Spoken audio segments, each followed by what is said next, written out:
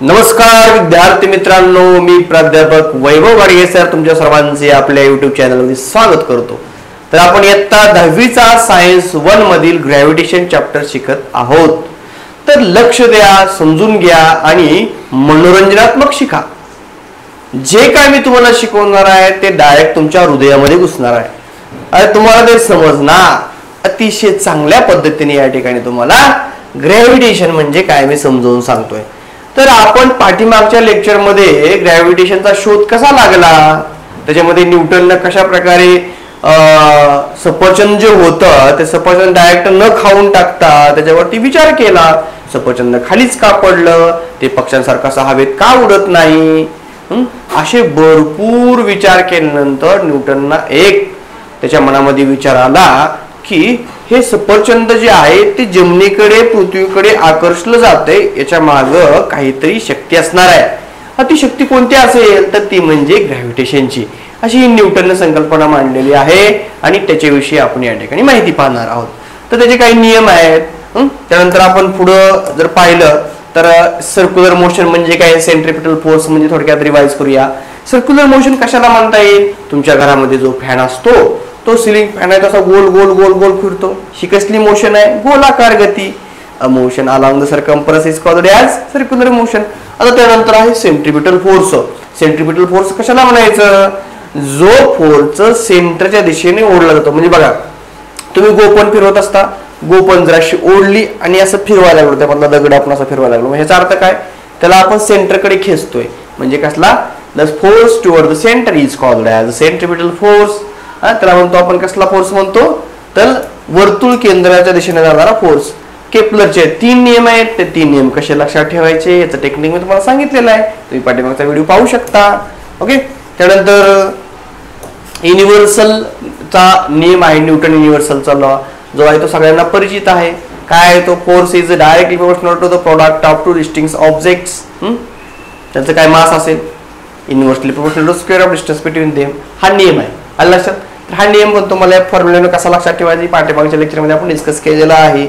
त्यानंतर आपण हे डेरिव्हेशन सुद्धा पाहिलेलं होतं, फोर्स कसा कॉन्स्टंट आहे, force is directly inversely proportional to the, त्यातलं जे 2 ऑब्जेक्ट मधलं डिस्टन्स आहे हा पण नियम आपण बघितलेला होता। त्यानंतर एक्झाम्पल हे बघितलं होतं। आता अर्थ ग्रॅव्हिटेशनल फोर्स जो आहे तो अर्थ ग्रॅव्हिटेशनल फोर्स काय असतो याच्याविषयी आपण आजच्या लेक्चरमध्ये डिस्कस करणार आहे। म्हणजे इथपर्यंत आपण पाठीमागच्या लेक्चरला शिकवलेलं आहे, ते आता रिवाइज या ठिकाणी केलेलं आहे, नीट लक्ष द्या, समजून घ्या। ओके, तर आता या ठिकाणी लाईव्ह नाही, आपण आता या ठिकाणी व्हिडिओ रेकॉर्ड बनवतोय, नंतर ते लाईव्हला पडणार आहे। ओके, तर नीट समजून घ्या या ठिकाणी। तर तुमच्या समोर स्क्रीनवरती काय दिसतंय, तुमच्या समोर स्क्रीनवरती काय दिसतंय नीट समजून घ्या, ओ समजून घ्या। बघा काय दिसतंय, अर्थ ग्रॅव्हिटेशनल फोर्स। अरे अर्थ ग्रॅव्हिटेशनल फोर्स म्हणजे काय, तर अर्थच्या दिशेने असणारा जो ग्रॅव्हिटेशनचा फोर्स आहे तो त्याला आपण अर्थ ग्रॅव्हिटेशनल फोर्स म्हणतोय। बघा आता, will velocity of the stone thrown the vertically upward remains constant will change with time। तुम्ही एखादा दगड हवेमध्ये फेकला, तो असा वरती वरती वरती जाईल, पण त्याला असं बघा, हे असं वर फेकलं, अयो परत खाली येते।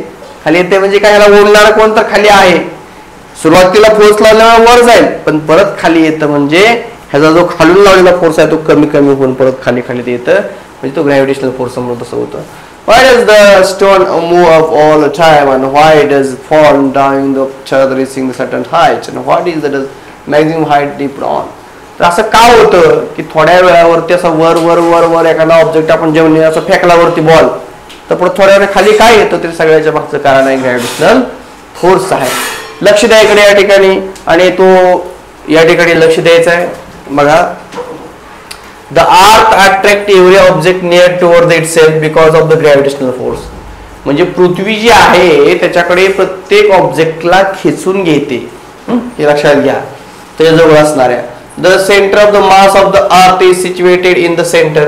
या पृथ्वीचं सगळं जे मास आहे ते त्याच्या सेंटरला काय झालेलं आहे, एकवटलेलं आहे।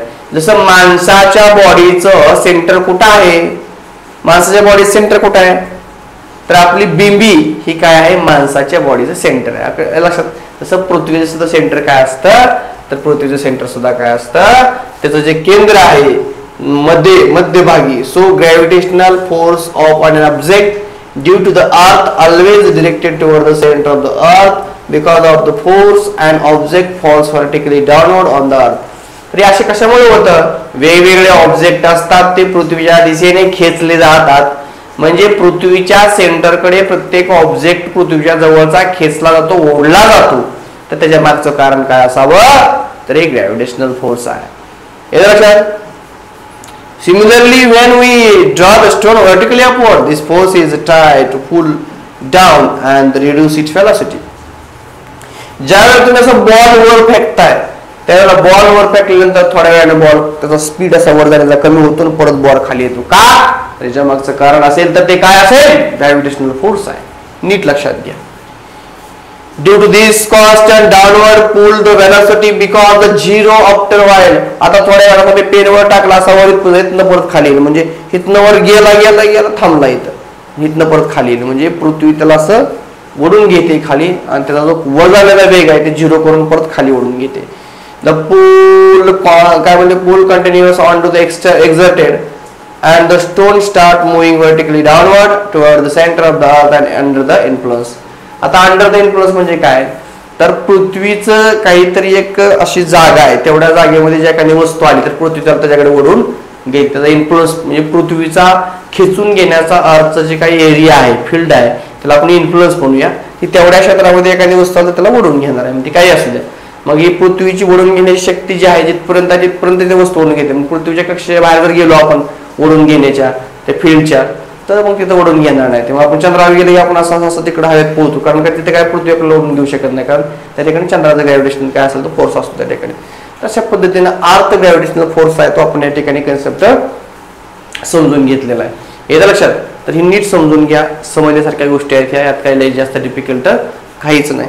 तर त्याच्यानंतर पुढे जर आपण पाहिलं तर या ठिकाणी तुम्हाला दिसतंय बघा, calculate the gravitational force due to the earth on the, काय दिलेलं आहे हे समजून घेऊया आपण. Mahendra and earlier example. काल पाठीमागे आपण महेंद्र आणि विराटचं एक्झाम्पल पाहिलं होतं. आता त्याच्या पुढे हा कन्सेप्ट समजून घेऊया. तर इथं पहा काय दिले तुम्हाला, calculate the gravitational force due to the earth on the Mahendra in the earlier example. तर पाठीमागच्या एक्झाम्पल मध्ये जे आपण पाहिलं त्याचीच माहिती या ठिकाणी आहे. तर मास ऑफ द अर्थ, अर्थचं मास लक्षात ठेवून टाका. पृथ्वीचं मास किती असतं, तर अर्थचं मास आहे m1 इज इक्वल टू 6 × 10⁻24, म्हणजे 6 × 10⁻24 एवढं मास हे आपल्या अर्थचं आहे. रेडियस ऑफ द अर्थ, आपल्या पृथ्वीची रेडियस, ही पृथ्वी आपली, ह्याचं मास किती आहे तर एवढं आहे. त्याची रेडियस किती आहे, इथनं एवढं अंतर किती आहे, तरी ते 6.4 × 10⁻6 मीटर एवढं त्याचं काय आहे तर रेडियस आहे. लक्षात घ्या. महेंद्राचं मास, तर ती महेंद्रा त्याचं मास किती होतं पाठीमागच्या एक्झाम्पल मध्ये 75 किलोग्रॅम एवढं मास त्याचं होतं. त्यानंतर पुढं जी इज इक्वल टू 6. ही पण व्हॅल्यू लक्षात ठेवा ग्रॅव्हिटेशनलची, जीची 6.67 × 10⁻11, ही पण व्हॅल्यू लक्षात ठेवा. ह्या व्हॅल्यू तुम्हाला लक्षात ठेवावं लागतील. मग आता using the force law, the gravitational force on the Mahendra due to the earth is given by, this force is 1.83 × 10⁻9 times larger than the gravitational force between the Mahendra and Virat. आता महेंद्र आणि विराटचं बघा काय दिलं या ठिकाणी, F इज इक्वल टू काय दिलेलं आहे, Gm1m2 डिवाइडेड बाय r². काय दिलंय, F is equal to Gm1m2 divided by r² दिलेलं आहे. काय दिलंय फोर्स. आता आपल्याकडे हा फॉर्म्युला आहे, कारण न्यूटनचा युनिव्हर्सलचा नियम आहे. काय, force is directly proportional to the product of different masses किंवा दोन डिफरंट ऑब्जेक्टच्या मासेसचा गुणाकार divided by inversely proportional to तो काय असणार r². हे लक्षात ठेवा. तर हा फॉर्म्युला आहे आपल्याकडे. तर या फॉर्म्युल्यामध्ये आपल्याकडे जी ची व्हॅल्यू आहे, जी ची व्हॅल्यू या ठिकाणी टाकलेली आहे, m1 ची व्हॅल्यू आहे, m1 ची व्हॅल्यू टाकली, m2 ची व्हॅल्यू या ठिकाणी टाकली, r2 चा स्क्वेअर या ठिकाणी काय केलेला आहे, स्क्वेअर केलेला आहे. सगळं कॅल्क्युलेशन करा. कॅल्क्युलेशन केलं की तुम्हाला उत्तर किती मिळून जाईल, 733 न्यूटन एवढं उत्तर त्याचं मिळून जाईल. या लक्षात. अशा पद्धतीने पहिले एक्झाम्पल या ठिकाणी समाप्त होतं. हे कॅल्क्युलेशन फार सोपं आहे. तर त्यानंतर काय दिले बघा, starting from rest what will be the Mahendra's velocity after the 1 second if the falling down due to the gravitational force of the earth. आता या ठिकाणी सुरुवातीला ग्रॅव्हिटेशनल फोर्स जे आपण बघितला किंवा starting from the rest will be the Mahendra's velocity. सुरुवातीला महेंद्राचा वेग किती होता, महेंद्राचा त्या विराट आणि महेंद्रा बसल्याच पहिले एक्झाम्पल आपण बघितलं. सुरुवातीला कुठल्याही व्यक्तीचा वेग काय पळण्याच्या अगोदर 0 असतो सर. तर सुरकुन बसण्याच्या अगोदर वेग त्याचा किती सुरुवातीचा इनिशियल व्हेलॉसिटी जी आहे ती काय इज इक्वल टू 0 आहे. सुरुवातीचा वेग म्हणजे इनिशियल व्हेलॉसिटी ती 0 आहे. आणि फोर्स किती काढलाय आपण आत्ताच्या ठिकाणी 733 न्यूटन एवढा फोर्स या ठिकाणी काढलेला आहे. महेंद्राचं मास किती आहे 75 किलोग्राम आहे. टाइम त्याला किती लागतो सारख्याला 1 सेकंद एवढा लागतोय. महिंद्रा ॲक्सेलरेशन तो त्याला काढायचं. महिंद्राचं ॲक्सेलरेशन काढायला म्हणजे फॉर्म्युला आपल्याकडे काय force is equal to M formula आहे. पण आपल्याला काढायचं काय acceleration.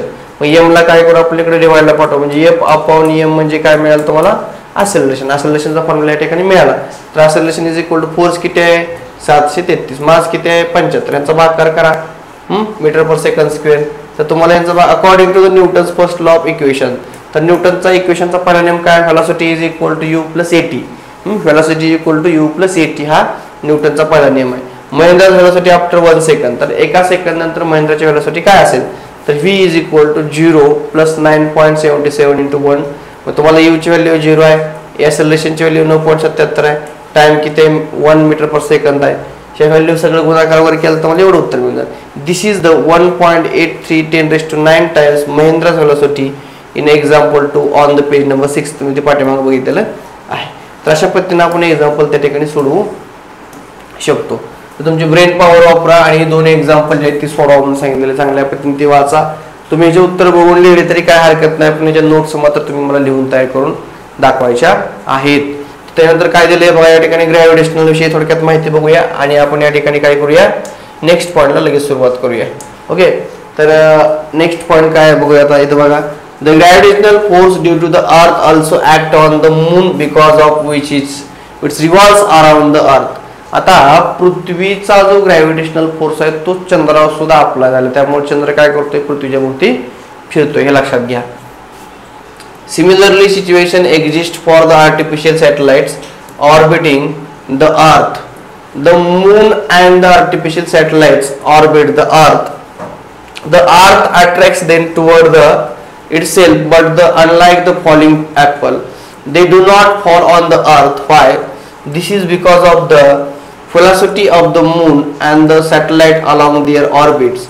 If this velocity was not there, they would have fallen on the earth. तर त्याला वैयक्तिक तसे कुठल्याही प्रकारचं ग्रॅव्हिटेशन नाही. त्यामुळे काय होते तर ते पृथ्वीला काय करते त्याच्याकडे पृथ्वी जी आहे ते त्या मूनला काय करते त्याच्याकडे अट्रॅक्ट करून घेते असं लक्षात ठेवा. तर या ठिकाणी आपण हा पॉइंट जो आहे तो पूर्णपणे बघितलेला आहे. आर्थकडे स्वतःचे काय ग्रॅव्हिटेशनची पॉवर आहे शक्ती आहे. त्यामुळं आर्थ दुसऱ्या गोष्टींना त्याच्याकडे खिचून घेते. तसं त्या ॲपलला काय स्वतः जसं काय वैयक्तिक असे अट्रॅक्शन वगैरे काही नाही. त्यामुळे त्याला ऑब्जेक्ट म्हणून त्याला पृथ्वीच्या सेंटरकडेच खेचलं जाणार आहे. अशा पद्धतीचं फोर्स ऑफ अट्रॅक्शनचा आपण कन्सेप्ट या ठिकाणी पाहिलेला आहे. आर्थ ग्रॅव्हिटेशनल ॲक्सेलरेशनचा जो कन्सेप्ट आहे न्यूमेरिकलच्या एक्झाम्पल्स आहे आणि या ठिकाणी कसा येतो इथं समजून सांगितलेलं आहे. तर व्हेरिएशन ऑफ जी कसं असतं ते पण आपल्याला समजून घ्यायचं. पुढील लेक्चरमध्ये आपण सगळं बघणार आहे.